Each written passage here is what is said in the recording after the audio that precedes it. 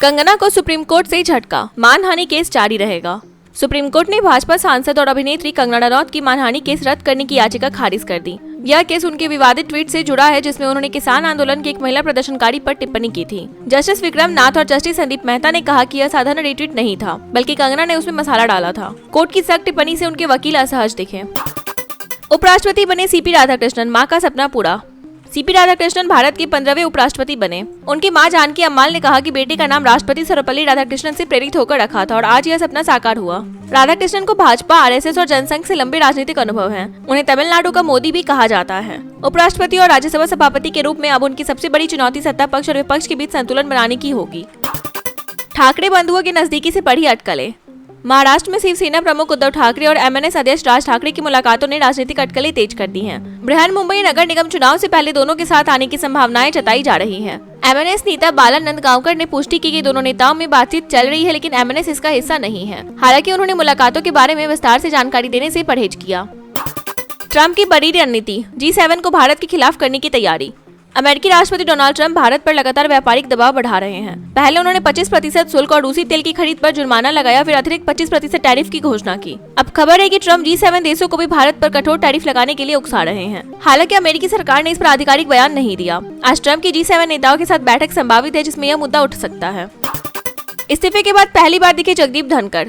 भारत के नए उपराष्ट्रपति सीपी राधाकृष्णन के शपथ ग्रहण समारोह में पूर्व उपराष्ट्रपति जगदीप धनखड़ पहली बार सार्वजनिक रूप से नजर आए। उन्होंने 22 जुलाई को अचानक इस्तीफा दिया था, जिसके बाद 9 सितंबर को चुनाव हुए। समारोह में पूर्व राष्ट्रपति वेंकैया नायडू और हामिद अंसारी भी मौजूद रहे। इस्तीफे के बाद धनखड़ की अनुपस्थिति को लेकर विपक्ष लगातार सवाल उठा रहा था। उनकी सार्वजनिक मौजूदगी ने इन अटकलों को विराम दिया। अमेरिकी सांसद का दावा, चीन ने सैनिकों को पिघलाया। अमेरिकी सीनेटर बिल हैग्रिड ने सनसनीखेज दावा किया कि चीन ने 2020 में गलवान घाटी विवाद के दौरान भारतीय सैनिकों पर इलेक्ट्रोमैग्नेटिक हथियार इस्तेमाल किए। उन्होंने कहा कि गोलियों की जगह चीन ने ऐसी तकनीक अपनाई जिससे सैनिक पिघलने लगे। यह बयान उस समय आया है जब पीएम मोदी ने हाल ही में बीजिंग में चीनी राष्ट्रपति शी जिनपिंग से मुलाकात की थी। अमेरिका में इस मुलाकात को लेकर चिंता जताई जा रही है, जिसे हडगटी ने आलोचना की। सीजेआई गवाई ने याद किए पुराने सहकर्मी जज।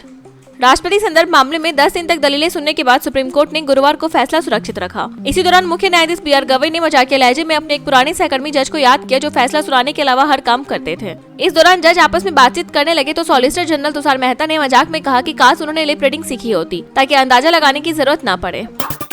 राहुल संग बेटी की तस्वीर पर भड़के मंत्री दिनेश प्रताप।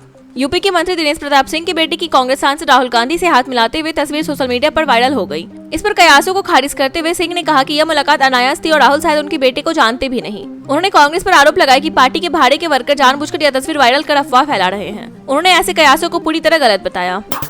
14 सितंबर से फिर शुरू होगी वैष्णो देवी यात्रा।